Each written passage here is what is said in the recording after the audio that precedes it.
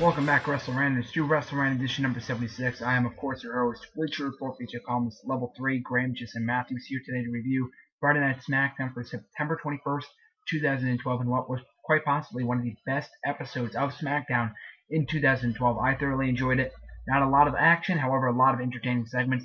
Kick off the show, the Rated R Superstar making his return to Friday nights for the first time in nearly over a year, calling out the WWE Tag Team Champions Daniel Bryan and Kane.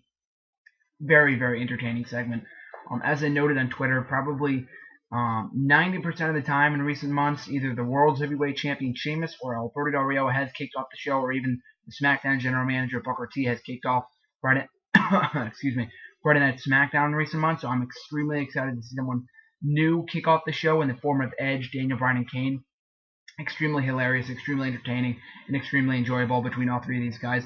Throwing Damien Sandow, who is gold, as they always say on Twitter every single week when he makes his entrance. This guy also played his role very, very well when he came out and interrupted the Rated R Superstar. Great to see Edge.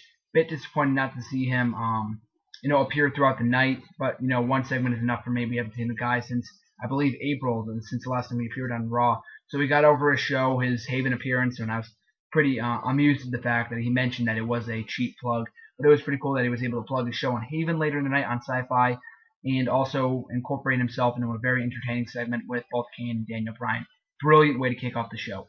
First match of the night, Damien Sandow versus Kane. Rather short match, and I had no problem with that. Match wasn't anything all that special, nothing all that great, nothing that I would really, be intrigued to see a rematch for. However, it was something new, was something fresh, a first-time ever matchup, so I was welcome to that. Damien Sandow picks up the huge upset victory here with the help of Daniel Bryan intentionally at ringside. That is a very, very strong win for Damien Sandow, seeing that Kane is a former World's Heavyweight and WWE Champion.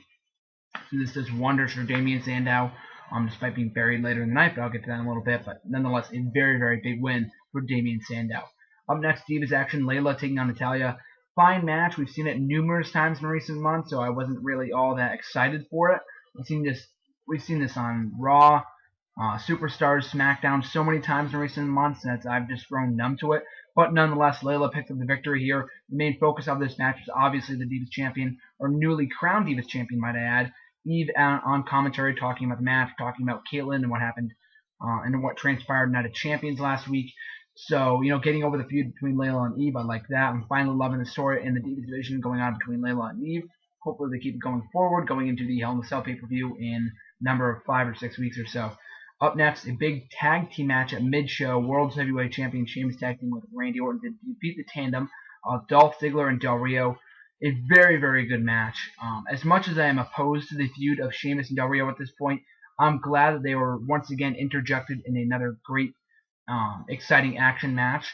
I mean, this is probably the best match on the show, seeing that the other matches were extremely short. But nonetheless, the final moments of this matchup were extremely exciting. A lot of cool reversals, a lot of cool spots. Sheamus and Orton go over here, nothing all that surprising. Sheamus is on like a 20-plus match win streak at this point. I'm a bit pissed off at that, given the fact that Sheamus hasn't put over nearly anyone in recent months. I mean, I know he's World Heavyweight Champion, but he's slowly starting to become the John Cena of Friday nights. So I really think they should have gave Dolph Ziggler and Del Rio the victory here after they've been losing in recent weeks. But I digress. Hopefully they bounce back sooner or later. Del Rio is just completely buried at this point. He means absolutely shit. Dolph Ziggler, on the other hand, he's Mr. Money in the Bank. He shouldn't be taking pinfalls. Hopefully they continue to rebuild him. Have him beat Orton next week on SmackDown, or have him beat a Hell in a Cell, or whatever. But they need to get heat back on Ziggler. I won't overly complain about this segment because it was a great match, so I won't take away from that part of it. Up next, Cody Rhodes versus Daniel Bryan. The first time we've seen this match since the first Raw of 2012 on January 2nd, 2012. Pretty good matchup. It only lasted a few minutes. I know I would be thinking that it should have gone longer, but given the fact that both guys are heels and that the crowd wasn't really favoring either guy over the other one, that wasn't really a bad decision to cut the match short. Cody Rhodes, unsurprisingly, picks up the victory here, and I don't mean unsurprisingly in a bad way. Cody Rhodes needs victories after defeating Rey Mysterio last week on Raw. I know he lost the Night of Champions. This is another great win for Daniel Bryan, picking up the victory over former World Heavyweight Champion. That's going to do wonders for him as well. He needs victories like this in order to make him look credible. So I was glad to see Cody Rhodes go over here, even though it was a bit predictable. Up next, Brodus Clay versus Heath Slater. We saw this match on Raw this week, so when I saw it advertised for this week's SmackDown, I was a bit disappointed. Throwaway match, obviously, just pure comedy between Bryan and Rhodes. I'm not Bryan Rhodes. I'm sorry. Clay and Slater for a majority of the matchup. Only lasted about a minute and a half. But the best part about the matchup came in the finish when Jinder Mahal and Drew McIntyre, two guys who haven't been seen on television in quite a while, interfered and attacked Brodus Clay, aligning themselves with Heath Slater. Now, we saw something similar to this last year on the Christmas special of SmackDown, if you can recall, in that Battle Royal, when they kind of teamed up against Hornswoggle, and also a couple months ago on Raw 1000 when they attacked the Brothers of Destruction. So maybe they're getting a mid-Nexus up in this place. I mean, I know I was reading some reports that were insinuating that Nexus could be reformed in the possible near future. I highly doubt that they're going to be doing that with Nexus. They're going to be doing that with McIntyre, Mahal, and Slater. Maybe the second coming of the Job Squad. But other than that, I think it's a really cool angle. It's better than seeing Brodus Clay go over Heath Slater for the millionth time. So I'm glad to see at least have some direction, especially for Drew McIntyre. Okay, that was once seen as a future World Heavyweight Champion. So it will be interesting to see where this alliance goes from here. Hopefully it does lead to some kind of World Elite stable, as someone pointed out to me earlier in the night on Twitter. That'd be pretty cool, similar to what TNA did back in 08-09.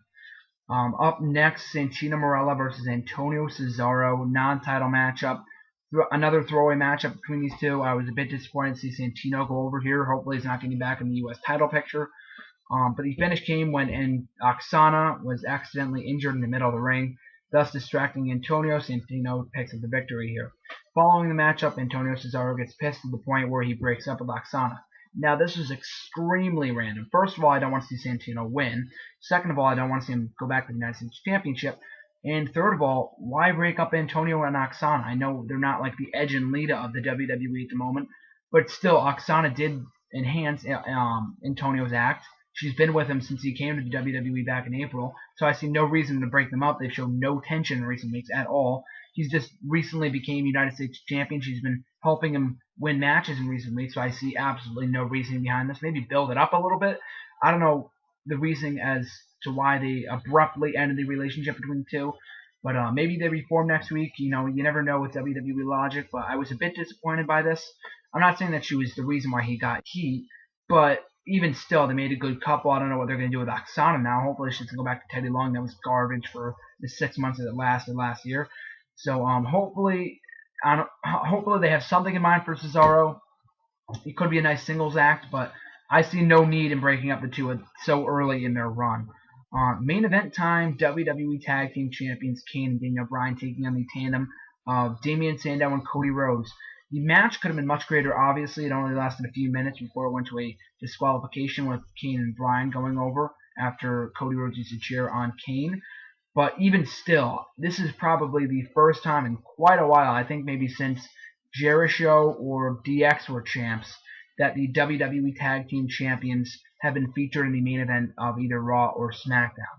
I could be wrong. I could be dead wrong in that one. I don't know. I'm going to have to go back and check on the past WWE Tag Team Champions in recent years, but I think this is the first time in quite a while that the champs have been involved in a main event matchup, in a significant, meaningful matchup. With all the other tag teams surrounding the ring as well. We saw the Primetime Players there, Tyson Kidd and Justin Gabriel, the Usos. So they're finally meaning the WWE. They're finally making the WWE Tag Team division mean something, which is great. First time in quite a while. Especially with Daniel Bryan and Kane as tag team champions. As I've said in numerous videos in the past, they're the single most entertaining aspect in the WWE today. So they should be rewarded for their actions by making them WWE Tag Team Champions. I don't completely agree with them just, burying, bluntly to say, the entire division. I mean, they're just those two guys destroying the entire division. I guess I can kind of see that since Kane's a monster, and that makes somewhat sense. But even still, I mean, it's Daniel Bryan and Kane. I know I'd be shitting on this if it was John Cena destroying a bunch of credible mid-carders or tag team wrestlers or whatever it may be. But Kane and Bryan at least have a use to do so since they're the WWE Tag Team Champions. I just don't want to sound hypocritical here.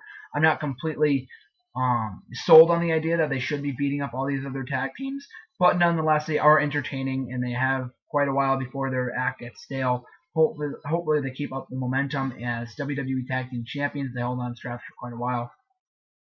With neither Rey Mysterio and Sin Cara on this week's show, or Primo and Epico, maybe they were just left off after what happened on Raw this week. maybe they're just selling the injuries, but I just found it a bit strange that they weren't featured. Maybe not to make them look weak, but that's pretty interesting as well. So that closed the show. Overall, as I said before, probably one of the best SmackDowns of 2012.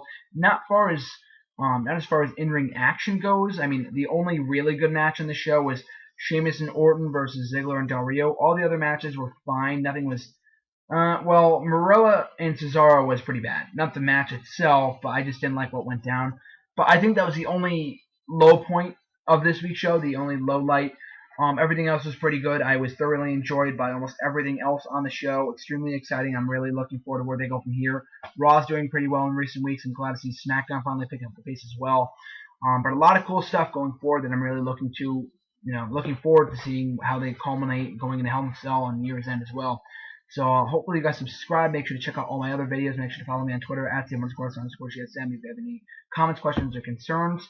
And make sure you enjoy your weekend, guys. And this GSM signing out. Till next time, guys.